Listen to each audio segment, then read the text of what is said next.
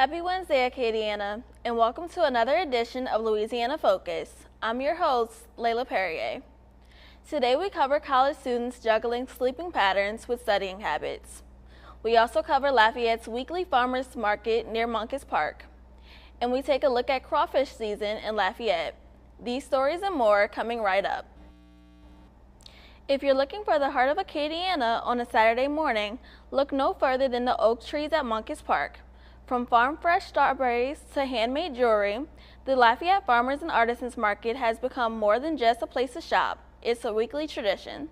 The market opens at 8 a.m., but the energy starts much earlier. Nearly 100 local vendors gather every Saturday, rain or shine. It's a place in the heart of the hub city where buying local isn't just a slogan, it's the main event.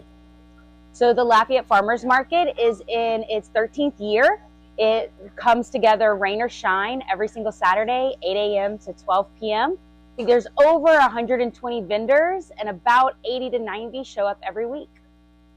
The Lafayette Farmers and Artisans Market at Moncus Park provides lots of traction for businesses around the Acadiana area. During COVID, I had gotten laid off from my job, and I was just kind of asking God, like, show me what's next. And I started meditating, praying, gardening, and I started creating herbs. Taylor tells us her most popular products and what they can do for you. Our best sellers are really our elderberry syrup because it's fresh, it's local. I grow it. We use local honey. I grow elderberries myself. Also, we have our nature's penicillin, which is our best seller because it's natural. It's good for any kind of like upper respiratory infections you're having. It's an anti-inflammatory. This one sells the best. We sell it at our local stores too. Drug Emporium, Benny's, in Appaloosa's, and Natural Nutrition in New Iberia, and our Soothe South, which is good for any kind of skin irritations you have, and eczema, dry itchy skin, sunburn, psoriasis, even good for hemorrhoids. In Moncus Park, I'm Laila Perrier for Louisiana Focus. Here on East Cedar Street, the Lafayette Police Department responded to a shooting that resulted in the death of a 16-year-old. The victim has been identified as Travis Griffin Jr. of Lafayette. Monday night's shooting is the third homicide investigation the department is investigating this year, officials say. When our officers arrived, we did locate one male deceased in the roadway from an apparent gun. Officers say they responded to a call about shots fired on East Cedar Street around 10:15 last week on Monday. Sergeant Robin Green says investigators are working to identify a suspect. It's unfortunate that we lost another young member of our community, but we are working hard. We are piecing together exactly what happened. What I can tell you is that prior to this shooting occurring, we do know that a verbal altercation between the victim and a suspect occurred. Green says investigators are looking into a few individuals that could possibly be involved. However, they are urging anyone with information to contact police. If anybody in the neighborhood that we may have not spoken to and has any information or even some security footage from their home cameras and we have not spoken to you, please come forward and provide us with any information that you do have. This incident will remain under investigation. With Louisiana Focus, I'm Laila Perrier. The national average for a gallon of regular gas has shattered the $3 mark, surging more than 60 cents in just the last 30 days.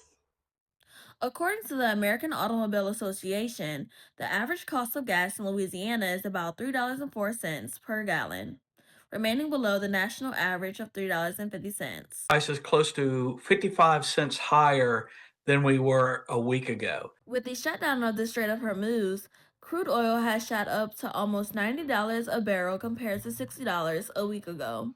When you see a big jump up from $60 a barrel that we saw just a week ago to now $96 a barrel, it absolutely increases the price at the pump, and we're paying for it right now. And I think this is going to be with us for the short term. Officials say gas prices may continue to fluctuate in the coming weeks. Future costs will depend on how the conflict between the United States and Iran develop. I'm Laila Perrier with Louisiana Focus. This is just one of the polling locations where voters are casting their ballots for or against the Lawson Act, a measure that could bring major changes to how their local government operates. Well, we just want all the people to go out and vote. Like I've been saying for a long time, this is probably the most important local election in the history of St. Martinville. You know, it determines how we govern our city, which is very, very important, which brings structure, bring accountability, and bring, ordinance to the city. The mayor of St. Martinville says it's important to go cast your vote, whether you are for the Lawrenson Act or against it, because it's all about trying to make a difference. Listen, it's so important that you go and cast your vote. I mean, cast your vote either way. If it's either yes or no, I hope that is yes.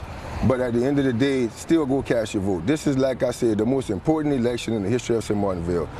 You can't talk about change, you can't want change. You can't complain about stuff that's not changing if you don't cast your vote to make a difference. And once again, we can't expect change or want better if we continue doing the same thing. Bernard says that people should come out and vote for something that will benefit the town.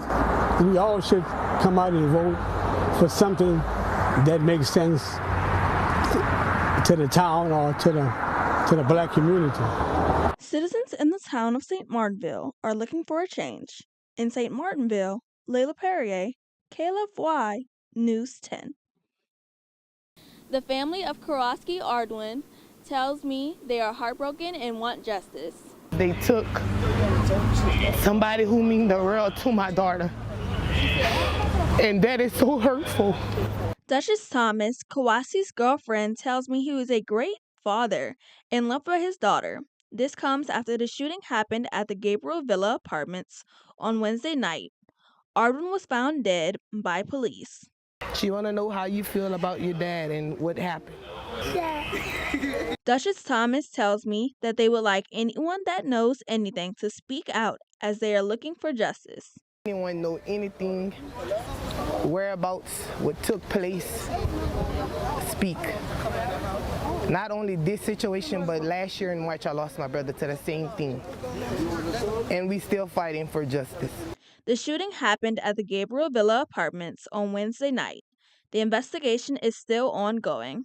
If anyone has any information, please contact Ville Platte Police Department at 337-363-1316. In Ville Platte, Laila Perrier, KLFY News 10.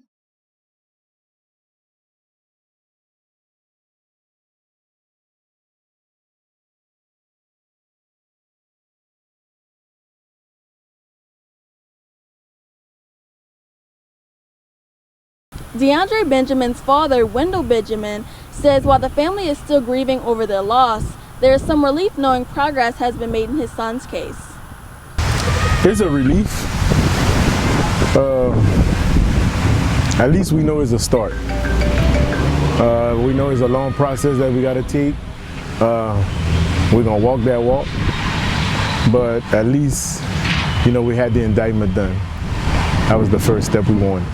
22-year-old Zachary Gardner was indicted on charges of second-degree murder. This comes after Benjamin was killed by Gardner at the St. Martinville Senior High homecoming game. Police say Gardner fled to Texas after the shooting before being apprehended by law enforcement. He is now in the St. Martin Parish Jail. Benjamin leaves behind one daughter. The family says it has been rough being without DeAndre, as he was always around and that they want closure. What I want is closure for all of us.